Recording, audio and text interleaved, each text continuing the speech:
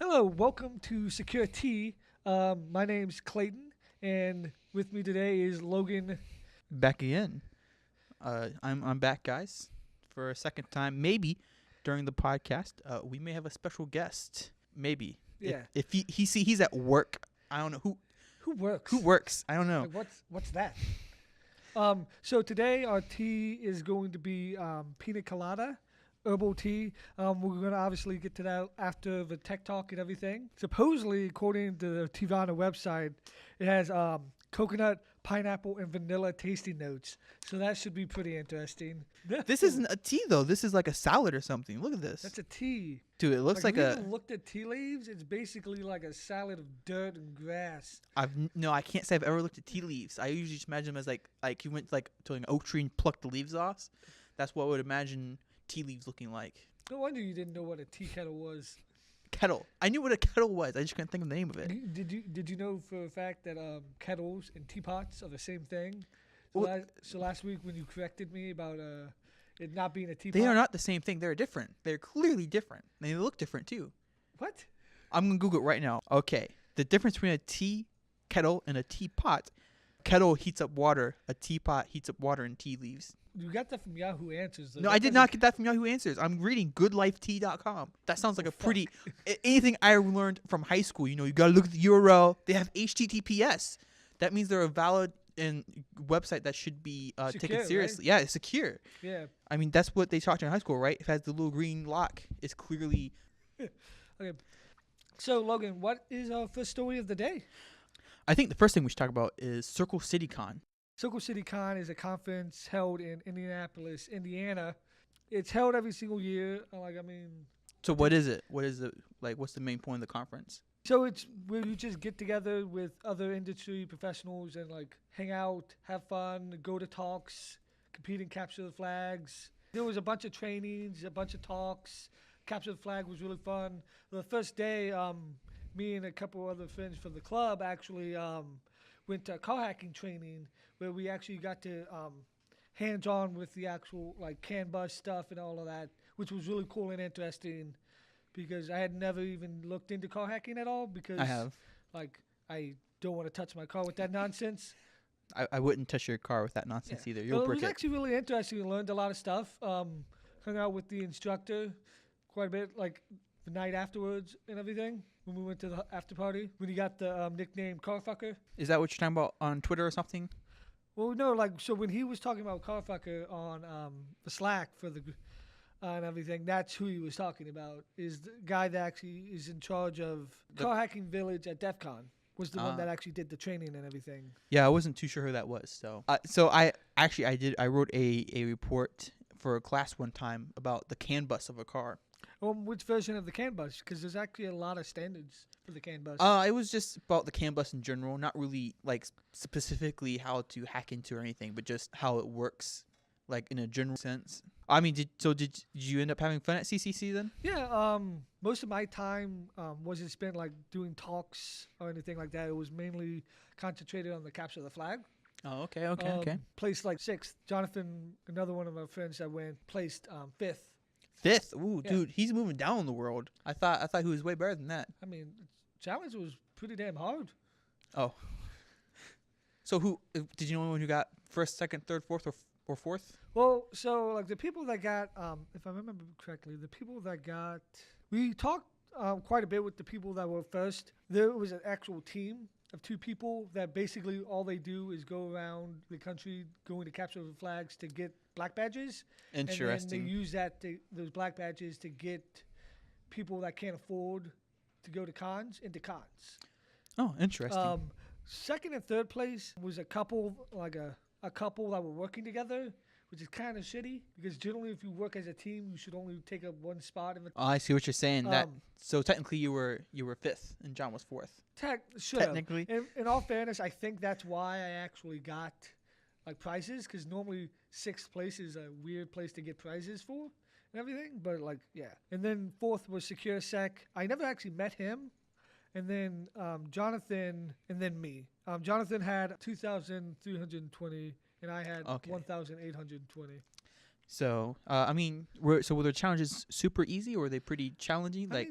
Most of them were actually pretty hard. Some of them were just the person running it is kind of likes trolling people. Generally, the most challenging ones were just kind of trolling. Like the Interesting. challenge Boneyard, what they did is they gave you a bunch of different lines of text that was like encrypted. Each line had a different Caesar cipher, so like a different ROT number. You had to figure that out, which normally for most people probably didn't take that long. And then once you actually had that completely translated, you had to like translate it by hand, because then you had to do like the bottom one was ROT like 25, and then the next one up was ROT 24, and so on and so on. So you had to translate the entire thing and do the math and then write that number in English in the flag. For a lot of people, it was a challenge to write it properly, like whenever they formatted it, like the number and everything, it wouldn't come up correctly. My lazy ass typed the number into Google and then put to English, copied and pasted it, and it was the right answer. I know people like that spent an hour trying to format it correctly and couldn't. And that's just like one of the challenges. A lot of them got a lot harder than that.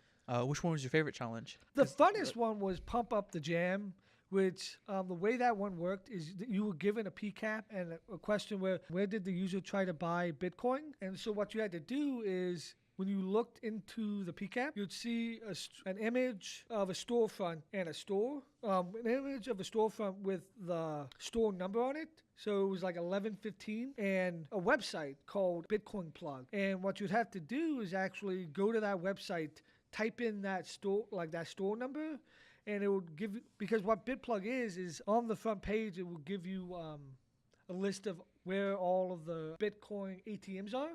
And so you'd take that image of the storefront, and then you'd look up the store name because it's right there on the front page, and then you'd type that store name as the flag. That one was really interesting. Kind of easy, in all fairness. Did it take you a long time to figure it out? No. Oh. Like that one didn't take me a long time. Generally, the one that took me the most amount of time was one called Files and Files, which was basically just a big loop of zip files, and then one of the files were password protected. And it turns out my version of Jon the Ripper didn't work, so I had to use someone else's computer to run the commands to get the correct password, and the fucking password was password. So you're saying you don't update your No, tools? So I uninstalled it, reinstalled it, built it from source, tried doing it on my Mac instead of my Kali VM. That's dedication. It was a couple hours of like every single troubleshooting method I could think of. I didn't make an AWS instance and try running it on that. Someone recommended that afterwards. But Just still one of those keys from GitHub. That works, right? Yeah. So it sounds like it was pretty fun. Did you also go to Bsides recently between this one and the last one? When was Bsides? Bsides was like May 20th. I don't really remember the Capture the Flag challenges from that one, but like we yet again spent a lot of our time on That the one Capture was the in Flag. Cincinnati. We got third on that one. But that one wasn't it was a team Capture the Flag. Circle City Con was solo for the most part. I gotcha. So what's your next conference on your list? Probably won't be going to one until like GerCon in October or something like that. Are you planning on going to DefCon again this year? Probably not. You know if John's gonna go or Mike? Oh yeah, his work is paying for him though. Oh well, I wonder if Mike's going. Mike's probably going too. I don't think he'd miss it for the world. Well, his work is paying for him too. Oh, well, there you go. My work's not paying for me to go to DefCon, but Yeah. is there anything else you wanted to talk about before the other stuff? I think it's time to get into the news, right? So I guess the first item of news here. Some of this news is a little old because we skipped a week there for something. Weren't you at CCC? Is that why we skipped a week? Okay. So this first article is about hacker hacked Thyself. Basically, what it's about, these people do a lot of work with the Discord project, which is kind of like a forums. I think they founded it, something like that. I don't really know. Maybe I should. It says right here, we took that lesson to heart when we founded the Discord project. I guess they have the main. What's the Discourse project? The Discourse project is it's kind of like a forum, but not. If you imagine a forum, but only one forum section. So it's all like a list of threads, basically, is the gist of it. So the main idea behind the article is testing the security of their password hashes. Right now they require the admins to have 15 character long passwords, and they're basically saying, should we be thinking about changing the hash to right now it's using SHA-256, and they were testing, is SHA-256 still secure enough for now in the future, and if not, which hashes should we actually look at switching to? And is the 15 character limit, or I guess minimum, is that a good minimum to have? Should it be longer? Is 15 enough? And I guess their main goal is to make it as future proof as possible. So so what they do to test this is basically they take passwords, they generate password hashes and salts with the passwords, and then they run it through some testing. Their first set of testing, they did it with SHA-256 on 64,000 iteration. I guess they did that 4 years ago when they made that switch, and they were wondering, since that 4 years, is that SHA-256 still secure? So what they used was a GTX 1080 Ti, and I guess what they found out was, so they tried it with both the 1080 Ti and a 1080, and the 1080, it ran at a 1,180 kilohashes, where the Ti could accomplish 1,600 kilohashes, which basically means, they say here, is 40% more hashes per second that they can use by just a single card generation. So I think this is the main point, is that very rapidly hashes are going to be easier and easier to crack. They start slow so the first one, they only have it guess. They have like a 10 character password, and they have it guess the last 3 numbers. And then they try it again, and they have it, so the password they know is only all numbers, and it's 8 numbers long, and they see how long it takes to crack. Hold up. Like, so it's only numbers? Yeah, if they know it's only numbers, that breaks. Well, no, this is just them testing still. Yeah.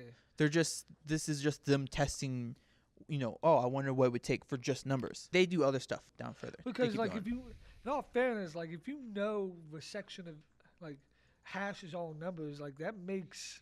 Yeah, no, like, they say it. Yeah, they say it's drastically quicker and easier. In their case, to crack an 8 number long number, and for 256, it takes just about exactly an hour to crack it. Like, okay, I was right on that one. It's super quick. So then they keep on going, and they try, for the next thing, they try different lengths. So 9-digit takes 11 hours, 10-digit took 4 days, 11-digit took 46 days, and 12 digits took 1 year to crack.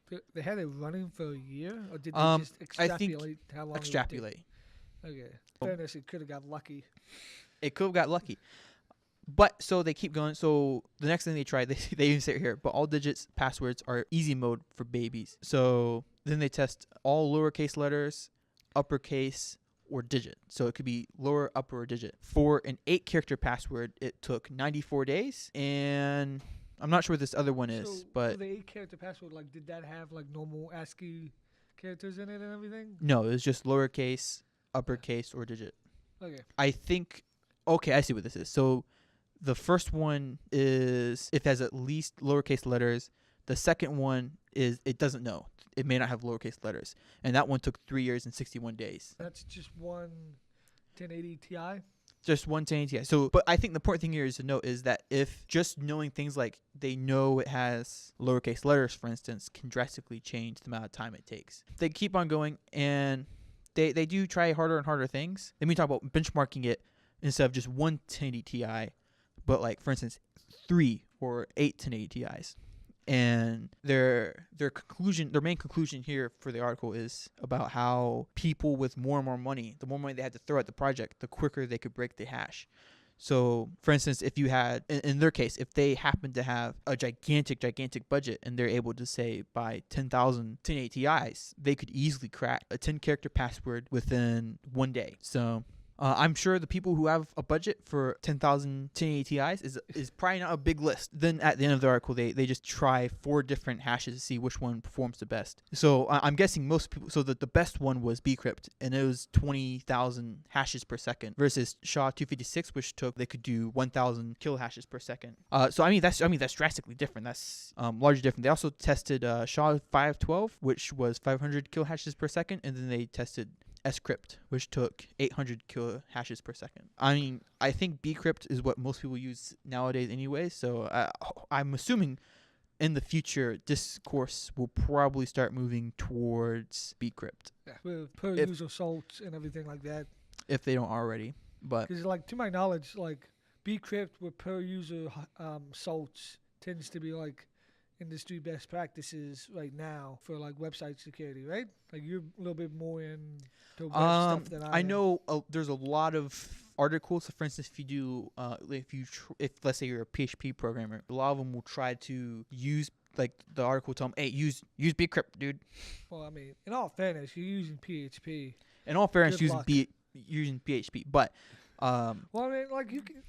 It's like any It'll tool. If let you you- use it properly, it I'd works. about to say, like but- any tool, you could also use MD5.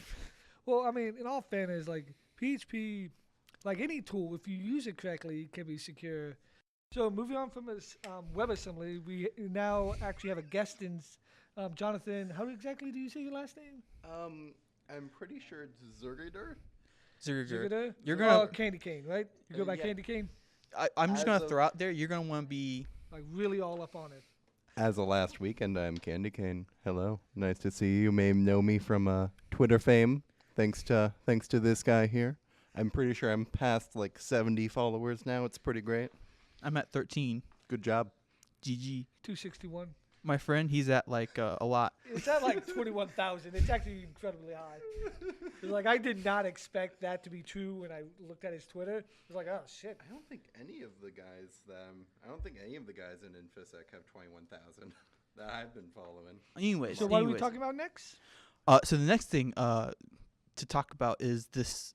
So the password manager one login compromised by data breach. So do you use one login, Clay? I don't. To my knowledge, it's mainly like a B2B product. It's not really targeted at normal consumers like 1Password or LastPass or KeyPass. Do you know anything about that, Jonathan? I am personally a pretty big fan of KeyPass. You know, nothing gets stored in any server I don't want it to be in. You know, I'm pretty comfortable with KeyPass myself. But like, so do you have any knowledge of like one login or anyone that uses one login? I haven't ever used one login, and no one I know actually uses it. I don't really know if anyone I know uses password managers outside of you guys. Dang. I mean, not that I'm aware of. John, which password manager do you use? He uses KeyPass too as well. John over there also uses KeyPass. His name's John. My name's John. We're all Johns here. My name's John. Shout out Anyway, to all my Johns. hey John. What? We're cutting that. Hey John, I just want to tell you that my name's Jeff. Hi, Jeff. My name's Jeff. I'm really not helping this podcast. No, like I'm not helping quality at all. Yeah, like it was better when we weren't here. Okay, so Is this a security podcast even at this point? we're gonna cut a lot of this. I'm leaving some of this in, dude. I'm leaving that my name Jeff in too as well. Okay, fine. But only yours, not mine. So you guys wanted to talk about the hack 6502 or something? Well, we're like still that? talking about the one login data breach. None of us know. Like it's enterprise only. Like so, it's basically like 2,000 enterprise clients had the data leaked. Like none of us use enterprise like password managers, so we have no idea what login does. Well, how was it compromised? Was it a simple website breach? How did they get in? The attackers may have gained access to the ability to decrypt encrypted data, or And it decrypt kinda encrypted data. happened last year in August, and it's just now coming out. That's That is not responsible disclosure. The next thing here is the Monster 6502. So this is a disintegrated circuit project to make a classic MOS 6502 microprocessor.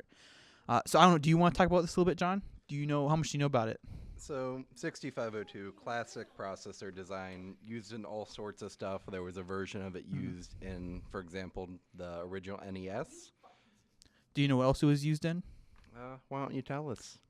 It should be the Commodore 64 used it as well. Yes. A lot of classic computers actually enjoyed this little chip here. But there's actually something called the Monster 6502, which is a large-scale version with, like, dedicated size transistors and a bunch of LEDs on it, so you can actually watch the data flow, and it's actually really cool. That actually reminds me of a different project, but I can't remember what it was, but someone actually built a large processor, broke out all of the different pieces into different like panels. So you had a panel for like IO, you had a panel for all the memory, you had a panel for the ALU, and you could actually watch every little piece of data flow between these different things. And what was actually really cool, the memory, you could see every single bit in the memory as like an LED, So what they ended up managing to do was they programmed a Tetris game that literally just shows the blocks on the display is the RAM. So it shows the RAM, and that shows the blocks. Yeah. Yep. So I hope you'll hear a little bit, John. I actually know what you're talking about. I was actually thinking the same thing. I was going to bring it up. I don't know if we know it from the same thing, but there was a Computerphile review about it like last month, I think it was. I don't know if you watched that YouTube channel or not, but... Oh, yeah. Computerphile is pretty awesome. But yeah, it was pretty cool. They also changed the speed of the clock. And so he actually showed them on video, like them slowing down to like super ultra slow. And so at normal speed, it looked like just a bunch of LEDs on. But as they slowed it down, you could see it like blinking all over the place and going on and off constantly. It was actually really cool. So I guess it's like one of the largest like built out processors. Yeah, it's pretty cool. Also, I think this project is pretty cool. It seems like I would never want to build that by hand. Well, I'm assuming you probably didn't do it by hand. But okay, 2-year project. That's a really long time. But I don't know, do you have anything else to say about it? It's cool. It's cool? Yep. So what's the usefulness of it?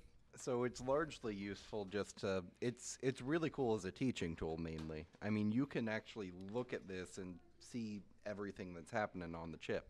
It's something that you can use to kind of learn processor architecture. Other than that, it's damn cool because it's just something that you can look at. And I mean, who doesn't want a gigantic processor just to put on their desk for decoration? I'm with John on this one. I guess actually it costs under $5,000 to build. I'm not a big hardware guy, so this just seems silly to me. But it's blinky lights. It's blinky lights, dude. For $5,000. That seems like a good investment. You can watch it blink. I'm not saying I'd pay for it. I'm just saying No. I would love to have it. If it was free, I'd take one. So if anyone needs a Christmas gift idea from me. All right, let's see. The next thing you want to talk about, the Rideshare sniffing stingray location. Did you see that, John? No. You know the stingray tool thingy? Yeah, Stingray, device to capture cellular signals.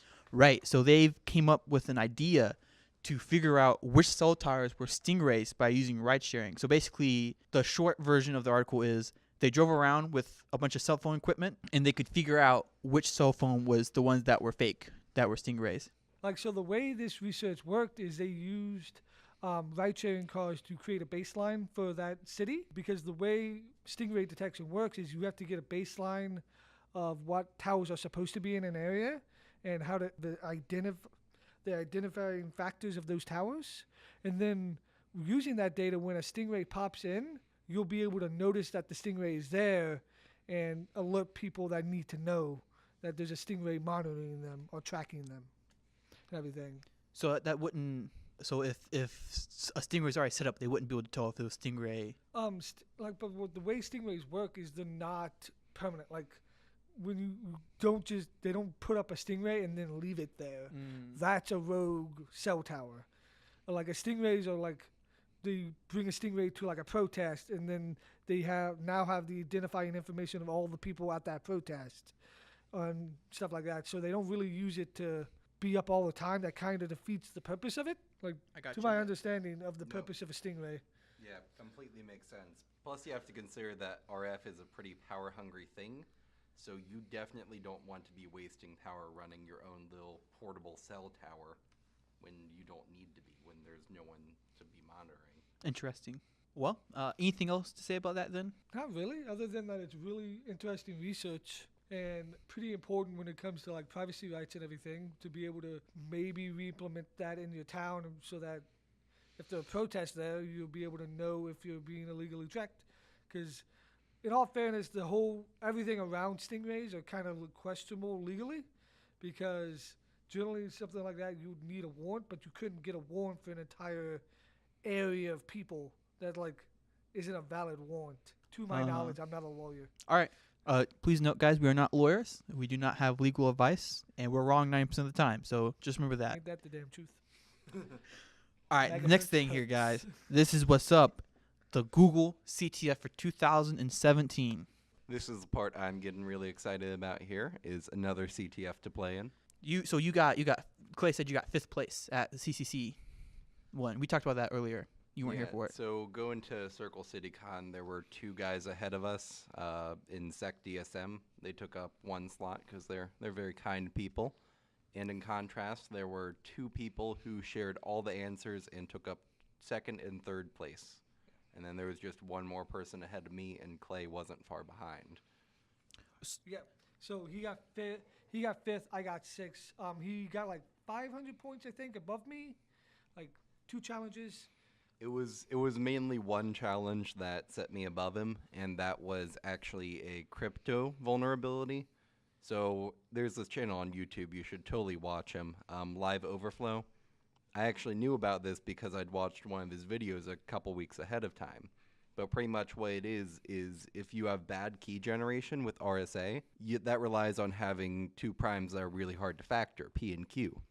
But if you have a lot of different public keys, you can actually figure out the greatest common divisor. And so if you're getting the same prime over and over again, you can actually factor those keys really easily by getting the GCD, and you can actually create the private key at that point and decrypt the data. So I just had to script something to do that, and I was able to dump out the flag. Impressive.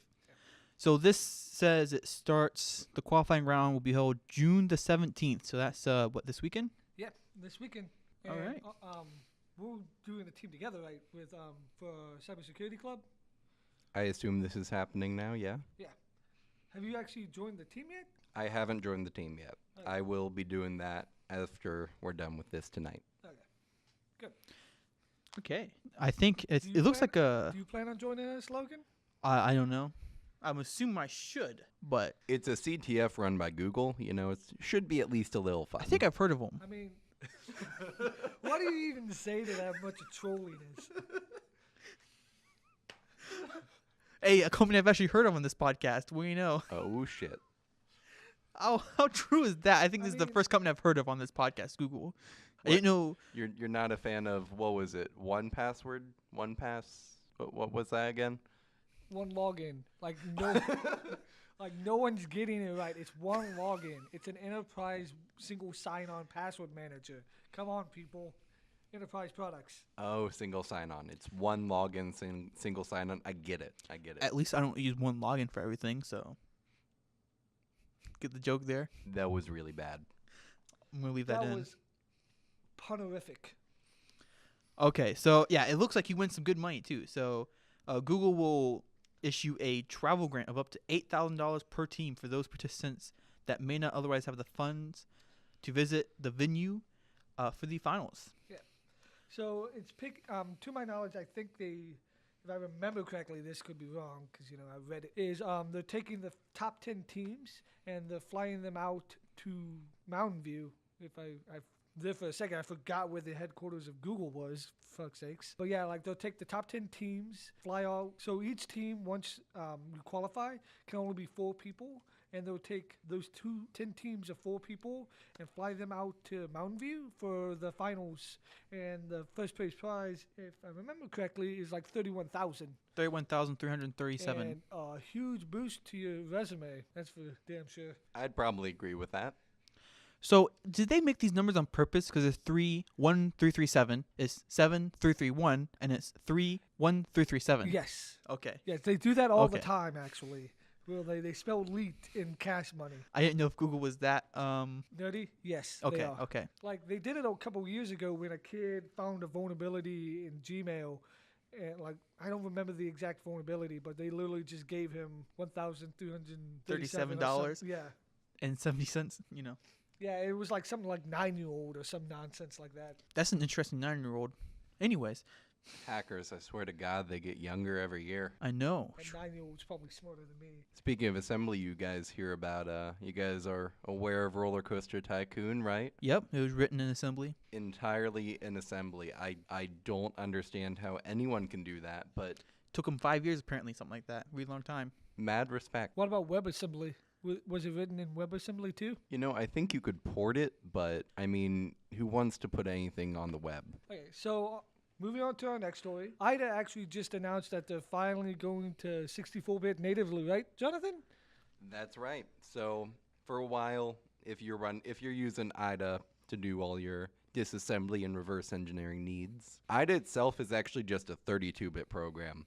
So you can launch IDA, you can launch IDA 64, but all that means is it can look at 64-bit programs. IDA itself has not been 64-bit up until shortly in the future, hopefully. So the devs behind IDA are working on version 7, and they're going to bring a couple changes here.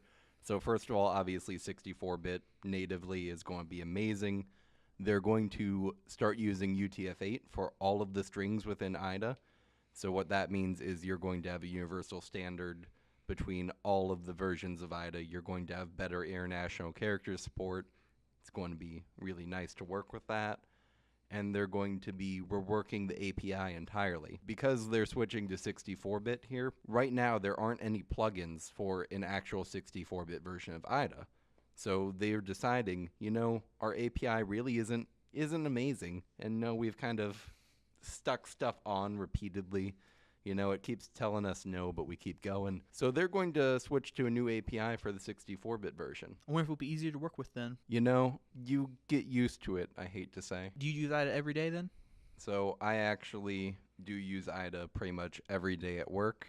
I have been staring at assembly code for several weeks straight now, and then I get to stare at Python for a little while, but then I go right back to IDA. So it's a little bit mind-numbing, but All right. So I think that's our last topic for this podcast. That's been really ultra long. So, Logan, how much time do we have left in the podcast? Well, unfortunately, because we had that little break there where Jon came in, I have to go 1 minute ago. So I don't think we'll have time for too much more stuff today. Crap. So does that mean that we have to cut the tea crap again? I think we will. Damn it, Logan. We need to make sure that we have enough time. I was really looking forward to the To what, pina Clay? colada tea. Do you have you tried pina colada tea before, Jon? I have not, but I do enjoy a good pina colada, so I'm sure it would have been great, and I'd love to see you later to get some of that. These guys are all about their tea, but you know what? At least I came here with my dirty bean water, so I get to enjoy that. Okay. Well, thank you guys for sticking with us, and we'll see you next time. Over See and ya. out.